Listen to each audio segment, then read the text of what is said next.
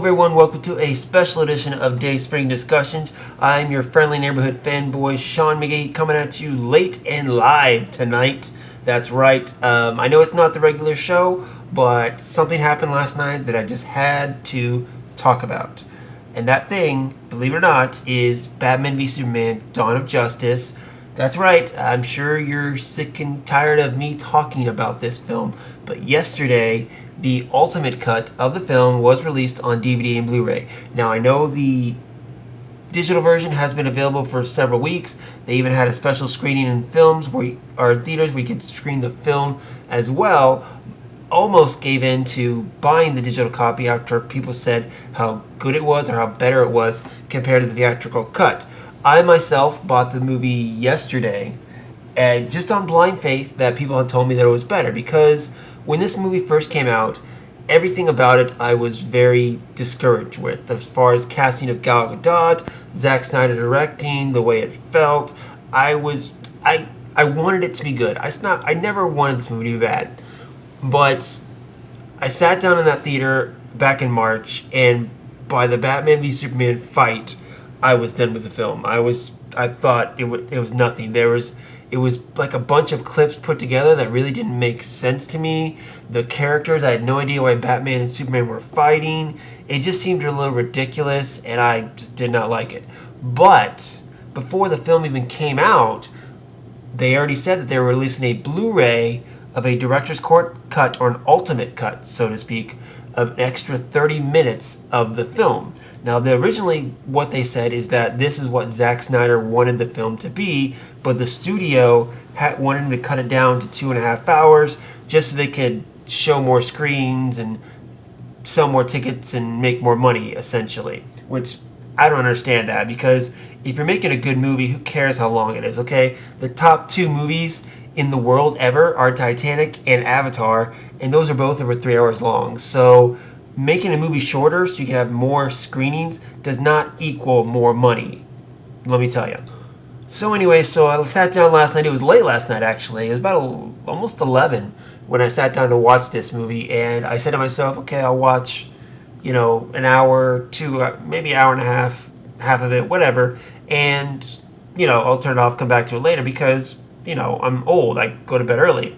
And I ended up staying up late watching all 3 hours of the film, and I gotta tell you, I had a completely different feeling of this film compared to what I had when I watched Batman v Superman: Dawn of Justice several months ago. It was amazing. I felt the epic scope of it, I felt the characters, I felt the drama.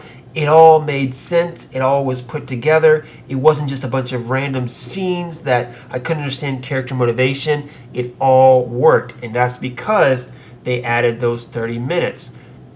And I gotta say, it was an epic film. I'll use the word epic. This is the film I wanted back in March, and I'm so glad that it was released, at least, so that I could see it, because now that I've seen what Zack Snyder actually shot, what he wanted the film to actually be, I'm encouraged and looking forward to Justice League.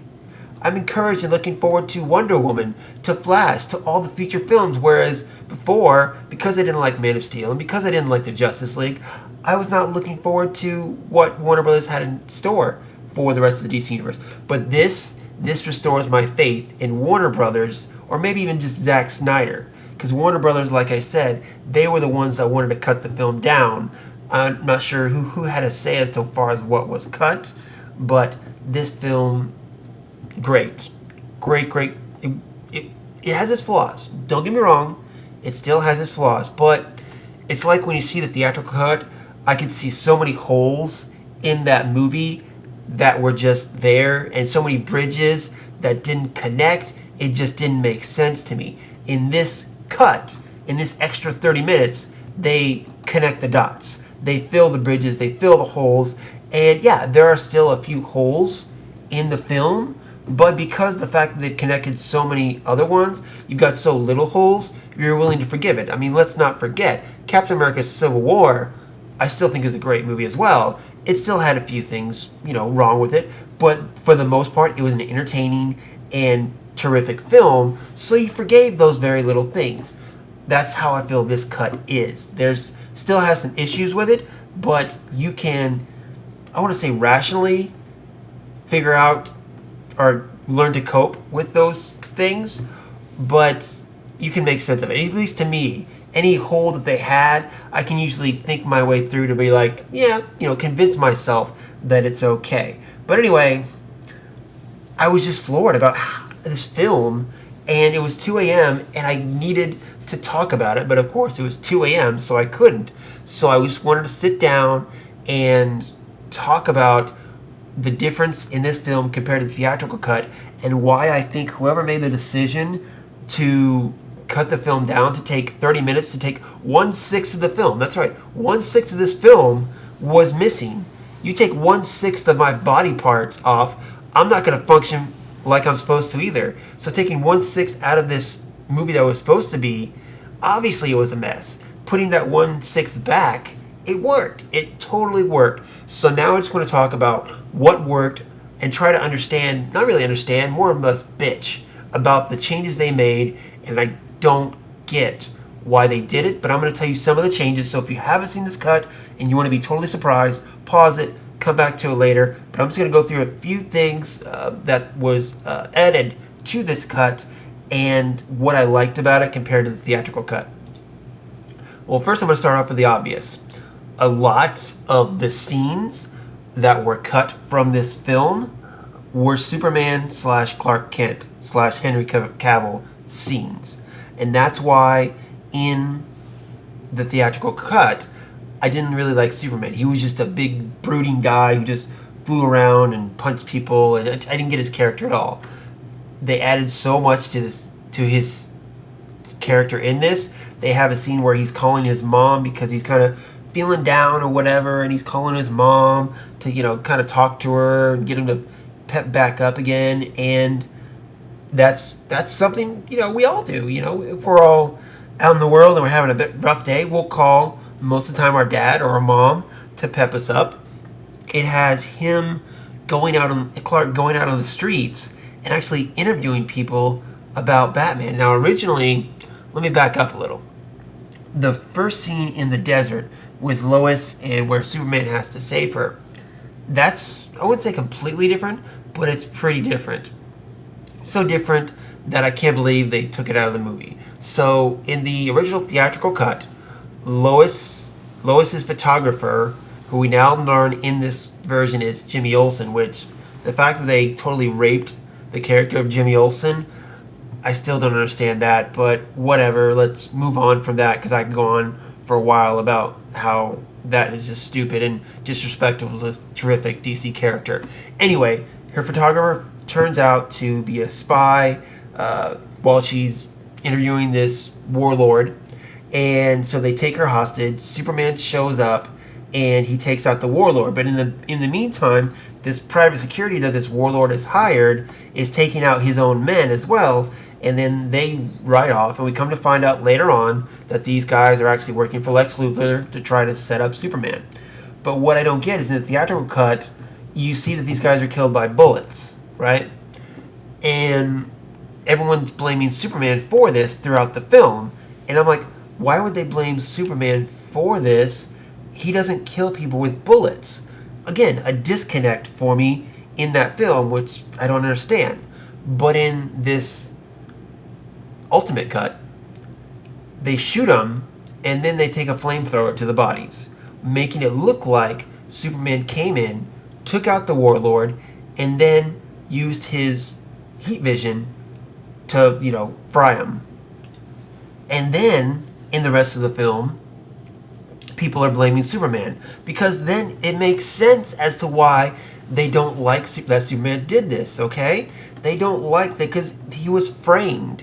And Superman, Clark Kent, CK, whatever you want to call him, he's just trying to do the right thing. He's just trying to save people. He's trying to stay out of all the politics of it. And one thing that, again, the ultimate cut brought a lot of it in is that no matter what you do as a figurehead in the world, it's all a political move. And as much as he can put his head in the sand and try to just do his job it gets to him. He watches the news, he sees what's going on, and they see the world reacting to him, and he has a reaction to that as well.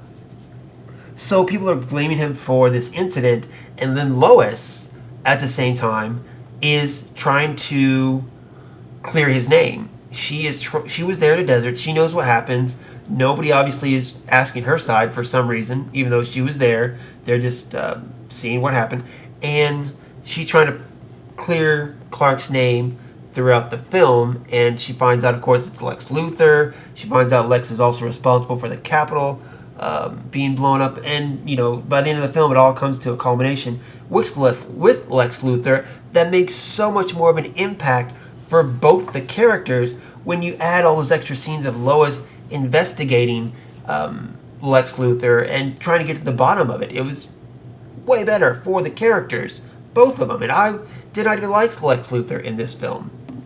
Moving on from that, sticking with Superman, you have him going over to Gotham and trying to interview the woman who essentially, spoiler, Lex paid to lie to, the Senate hearing or whatever they were doing. Yeah, she was lying to them about what actually happened, and he was going to interview her to try to get to the bottom of this and why he knows that she lied. And while he's over there, he runs into people who are talking about the Batman returning to Gotham. So from that point on, Clark is kind of learning about the Batman and how people in Gotham are kind of scared of him and how he doesn't like that kind of intimidation. It's not what he's about. So then he goes against what Perry wants him to do and keeps investigating the Batman, and it sets up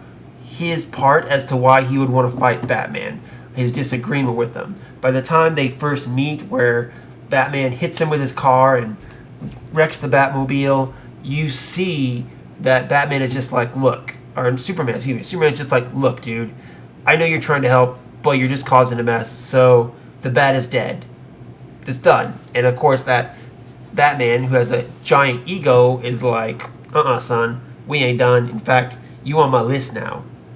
That's not exactly a direct quote of what the dialogue was, but I think it pretty much sums up what the subtext was of those to begin with. But yeah, just more stuff with Clark, and you get the stuff with how he feels about Batman, how he feels about the persona he's taking on in the world, and also there's more with him and Lois as well, little scenes that you get their relationship.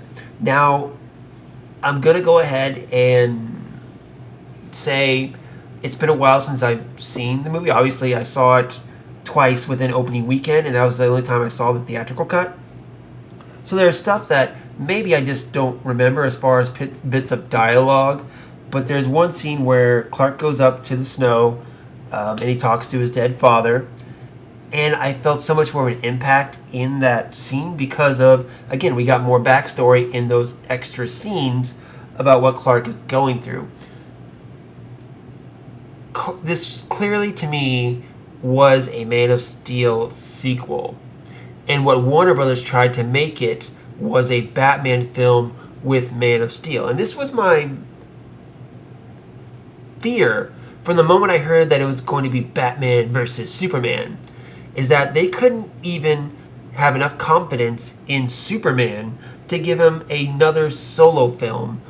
They had to bring in Batman immediately. Warner Brothers has such hesitance, or has had such hesitance with their DC characters except Batman, because Batman is the only character for the last 20 years who is making them money, who is actually working. This would be a third interpretation of Batman in 25 years or so for them. So I can see the apprehension of it, but a good storyteller, anyone who knows these characters or knows what they can do, there's more to the DC characters than just Batman. Just like I get upset about people who say Wolverine is the best X-Men. I'm like, do you even read X-Men comics? Do you even know how awesome the rest of the team is? Obviously not if you're saying Wolverine. He's a great character, don't get me wrong, but the rest of the X-Men are way awesome too. And same thing with the Justice League and the DC Pantheon. Superman, Wonder Woman, Aquaman, Flash, Cyborg, Green Lantern, Green Arrow, Black Canary, Atom, for God's sakes. These are all great characters, okay? They all have their own unique story, and they all have a different angle to them. And to just go straight to Batman every time they're afraid, Warner Brothers is so gun shy and about doing anything. I don't get it. Now, hopefully, from what we're seeing with the shared cinematic universe, they've gotten over that shyness. Because with this, one thing that Marvel Studios has really done is they go all in. Okay, yeah, Thor was a stretch, or Iron Man was a stretch. They went all in and went towards the Avengers. After the Avengers, they went, okay, let's bring them Guardians of the Galaxy. It's a gamble, we can do it. Let's go all in. It worked. Ant-Man, kind of a gamble, all in. Doctor Strange, coming up. It's another gamble for them, but they commit. They commit to their characters, and they have enough confidence and believe in their characters that they see it through. And I'm hoping that Warner Brothers has got that mentality of thinking now. So like I said, with this ultimate cut, we got more Superman, more Clark Kent in this film. We can see his perspective more, and I loved it. I mean, it's not just because I'm a Superman fan. It's just the character didn't make sense in the theatrical cut for me of what he was going through. He was a bystander in this Batman movie, the theatrical cut. And in this one, you really feel like this. This is Clark's continuing journey from Man of Steel. In Man of Steel, he debuted himself to the world as Superman, and then this is the consequences of that. And not only what the world sees him, but as how he sees what he's doing as well. Now, on the other side of it, Ben Affleck as Batman, you really didn't see a lot of extra stuff with him because they clearly left all that in the theatrical cut. Like I said before, this was a Batman film that had Superman in it, and versus the ultimate cut that was a shared film. It had just as much Superman as it did Batman, and you got to see their both sides. Now, going back to, like I said, when I first saw the film, I had no idea when I got to the Batman-Superman fight why these two were fighting. I did not get it at all. I was not shown their journey towards that epic meeting. Through the ultimate cut, I got that from Superman. I didn't get as much from Batman, not quite there, but I understood a little more, I guess. Maybe through helping of the rest of the story, it came together a little more. I still think his motives were a little weak, but at the same time, I'm going to go ahead and say it, Batman's a little crazy. I mean, that's back in the day when Christian Bale was cast as Batman. I thought that was a great casting, the American Psycho, because to me, Batman's a psychopath, okay? This is a guy who enjoys hurting people just because he was hurt when he was younger when somebody killed his parents. He's messed up in the head. He likes to toy with people. Anyone who's ever been Robin or his partner, he's messed with. But beyond that too, he's a guy that's messed up in the head because he's been through so much, because he lost his parents that died in front of him at an early age, because he's seen so much horror with all the villains he's faced, because he's lost people such as Robin and everyone else, maybe even, a Batgirl or whatever. He's been through a lot, and you can see that in his face too. The tiredness in his face, but also the anger and the depression really is what it is. And Ben Affleck pulls that off great. And again, more bridges. I see that more because the rest of the story is fleshed out more. I see the better character arc in this for him. It gives me a better perspective on the character. Makes me, of course, again, realize why I'm not a big Batman fan, because I'm not full of that anger and darkness. At least I don't believe so. But I get the character. And even that perspective, too, Lex Luthor, which I'll go and say is the worst part of this film. But through, again, adding more story to it, adding more depth to these characters, the character is better. His motivation is better. And especially when you add in that last scene with him where the battle is done, Doomsday's defeated, spoiler, Superman's dead too, and the cops or the military, whoever, goes into the ship looking to arrest him, and we come to find him with this alien who some of us know is Steppenwolf, a child of Darkseid, and Steppenwolf disappears, leaving Lex looking a little disappointed.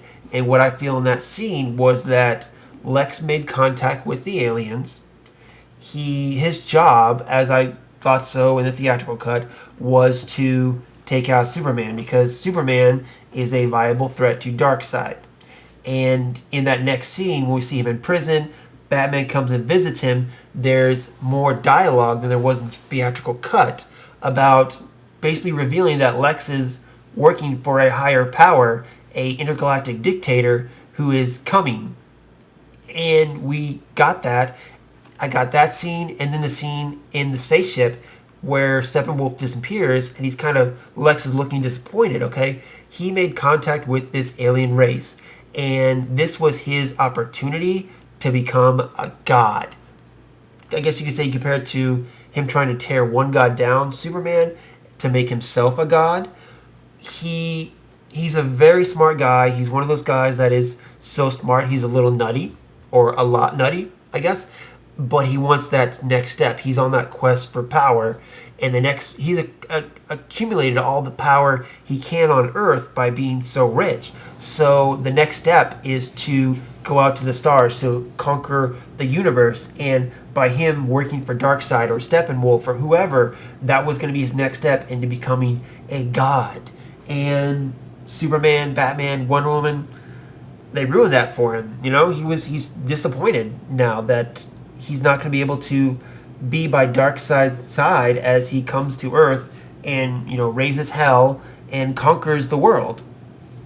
So for that instance, I get the character now. I still think it's a little nutty, but I get it, and I think it works now. But speaking of something that I don't think works, is still the dream sequence. Batman comes out. It's an apocalyptic world. You see the Omega symbol. He's fighting a bad Superman and his followers. You got the I always forget, the parademons that are flying around. And then later he wakes up and you have Flash. Now the Flash part I get. That's fine. He falls asleep. He wakes up to a lightning because Flash is coming through the time stream time to warn him of something. That's fine. The dream sequence I still don't get. Is he dreaming? Is someone trying to speak to him through his dreams? Is he looking into an alternate world or an alternate reality? Which really, if we're going the fact that Flash shows up right afterwards, I think that might be what's going on, is he's getting a glimpse of an alternate future that could possibly happen. That might be it, but it's still not explained well enough to where I'd want it in the film. To me, I'd rather just want him to fall asleep and he wakes up and it's Flash warning him about something. But that dream sequence or whatever still, I guess, feeds into his fear about Superman as well. So now that I've just talked it out with myself, I'll buy it. I'll buy it. I just want to clarify, either Flash clarify or somebody clarify, was it a dream? Was it a possible alternate reality brought forth by the Flash? Getting him to look in the timeline? Just somebody explain it to me, or whatever. But now that I think about it, okay, that dream helped fuel his hatred towards Superman and why he felt Superman needed to be taken out. So I get it. Okay, I'm good. Moving on. Okay, so talked about Lois, talked about Lex. Martha Kent, played by Diane Lane, had a couple extra lines and an extra scene in this film. She was Superman's rock. I mean, you could tell that, and that's the way it is in the comics too. Superman's link to humanity is the people he surrounds himself with, like Lois and Jimmy and his parents and Perry. These are the people that keep him grounded to where he becomes so powerful that he doesn't think he can just do whatever he wants. They're there to keep him sober, so to speak. And that's really what Lois and Martha do in this film. And what's great, they serve their purpose much like they do in the comic books. Now, as for the big elephant in the room, the Martha thing, it's better. I mean, I'm not saying it's perfect, but it's better in this film because you see, first off, Superman has more scenes with his mother. You get to see how he cares about his mother more. So just as he thinks he's about to die, he's pleading with this guy who's about to kill him to please save his mother. You know, kill me if you want, but please go save Martha. And that in return, of course, strikes a chord with the batshit crazy Batman, who's like, why did you say that name? Why? Because right before then, Batman said the line, I don't even think you're human. But when he says, Lois mentions that that's his mother's name, that, of course, you know, makes him realize maybe he is human. He is a person, so to speak. And, of course, that stuff wasn't cut out of the theatrical cut, but by that point, I just didn't give a rat's ass. In the ultimate cut, we had a much better journey to get to that spot, so I bought it. It's still not perfect. It's one of those still holes that is questionable in the film, but like I said, we filled in so many other holes, I'm willing to forgive this little one, too. And as I was going through, I'm still going through the special features on the Blu-ray, but one thing that Diane Lane talked about in an interview was how Batman wanted to go save Superman's mother, or wanted to go save Mother, maybe in a way that he can kind of redeem himself for being so innocent and so young and not being able to save his own mother named Martha. So there you go. There's your philosophical, deep meaning to it all. Batman wanted to go save his mother by saving Superman's mother. I don't think there was much else with Alfred in this one.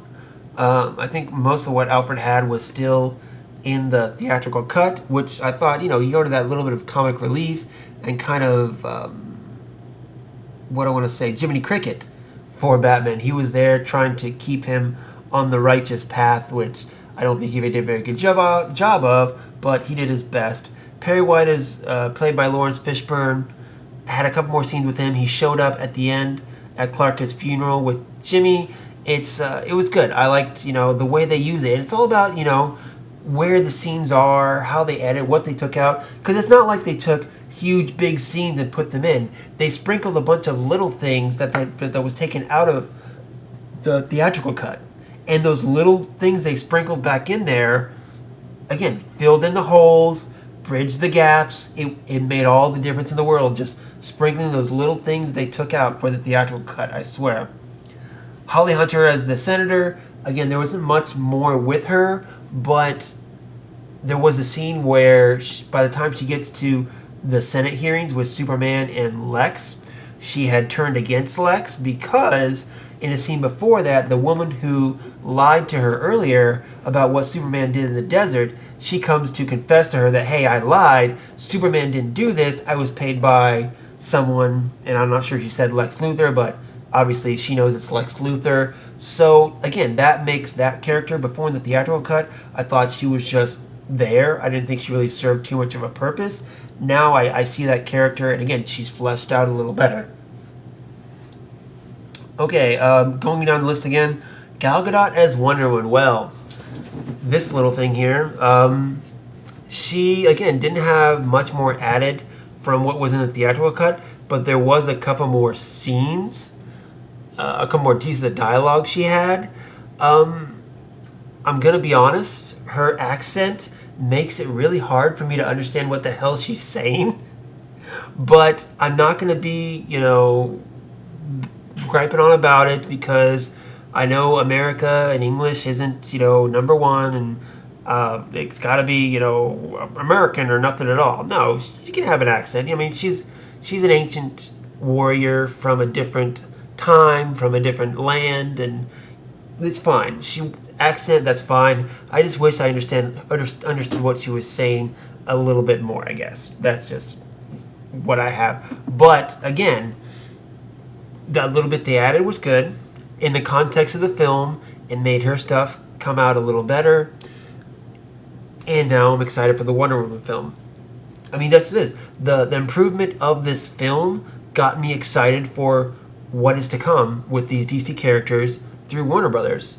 My only worry is that Warner Brothers is going to do the same thing to their other movies that they did with Batman v Superman, which is cut the life out of it, and just so it can make some stupid, dumb action movie that was just dark and depressing and really didn't entertain me at all. But I do have hope for Wonder Woman, so let's move on from there now. The guy who played Wallace Keefe, the disgruntled Wayne Enterprises employee, I don't think there was a lot more with him, but there was a little bit, which again, those little tidbits sprinkled throughout his story that made it more sense, where he got the chair from Lex. And the chair was a bomb. There was a whole setup where Lois goes into his apartment and she sees a full refrigerator full of food. And she says he didn't know he was going to die. So Lex set him up. It wasn't like he knew he was going to die. Lex set him up with the chair. The chair, which Lois, of course, in a deleted scene or an extra scene that's in this ultimate cut, was made of lead. So there's no way that Superman or Clark could have seen the bomb. And there you go. Again, just adds those little things that's added to it that makes so much of the difference in the story. And it was great. Like this, I cannot rave to you how much of an improvement this film was compared to the theatrical cut. Beyond that, I don't think there was... I think I went through all the main story points, but yeah, this is just a little taste, guys, of what it was. And like I said, when I finished this film last night, the word I thought was epic. It was the film that I wanted to see up on the big screen. Now I'm a little disappointed in myself that I actually didn't go to that one-night viewing of the ultimate cut up on the big screen, because I would have enjoyed it a lot more.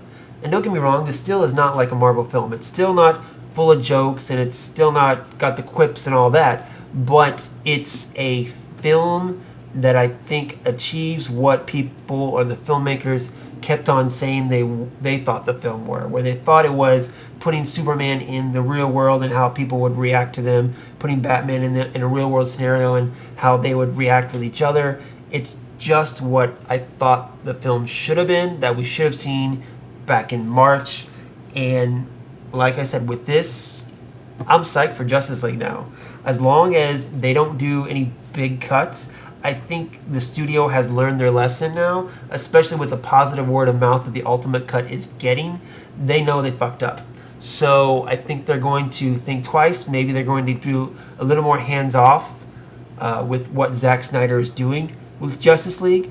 And after I saw the theatrical cut of Batman v Superman, I didn't want Zack Snyder to stay on Justice League. I was not with that at all. After seeing this ultimate cut, now let's be granted, I still don't like Man of Steel, unless there's an ultimate cut of that, which saves that film. I still don't like that one. But after seeing Batman v Superman and seeing this all as set up for Justice League, I'm ready for Justice League. I think it's gonna be good, honestly, as long as they, I don't know. I don't want to hold my breath too much on it, but I have hope for it at this point. And just going back to Man of Steel, just real quick. Again, I was sitting there watching the film, and going back to X-Men, because again, I'm an X-Men fan. I wasn't a big fan of X-Men First Class, but then I saw X-Men Days of Future Past, and I love that movie. But you can't have X-Men Days of Future Past without including the events that happened in First Class. So I went back afterwards and I watched First Class, and knowing what I knew was to come and the setup that they had made watching First Class better. Now, I was sitting there watching the film and I thought, well, maybe I should give Man of Steel another try, or maybe at least it'll help what I think, was wrong with that film, and maybe I can see more of the setup, and maybe I'll enjoy that film more. But then I began to think about all the stuff I didn't like about Man of Steel, about the whole Jonathan Kent persona, and snapping Zod's neck, and Lois being on that ship when she had no reason to be on that ship, helping out Clark and Russell Crowe and all that stuff. And then I came to my senses. But then the beauty of it is, what I realized is you can watch this film without watching Man of Steel, especially after all that extra stuff they added. If you know the Superman lore, if you know he's from Krypton, raised by the Kents, his girlfriend's Lois, he works the Daily Planet, and then of course you know the Batman lore, which they go through again, so really you don't have to know the Batman lore. But then the only thing I would say, like say if I were to sit down with someone to watch this film, because I do recommend people watch this version, don't see the theatrical cut. In fact, I've got the Blu-ray and the DVD theatrical version that came with the ultimate cut.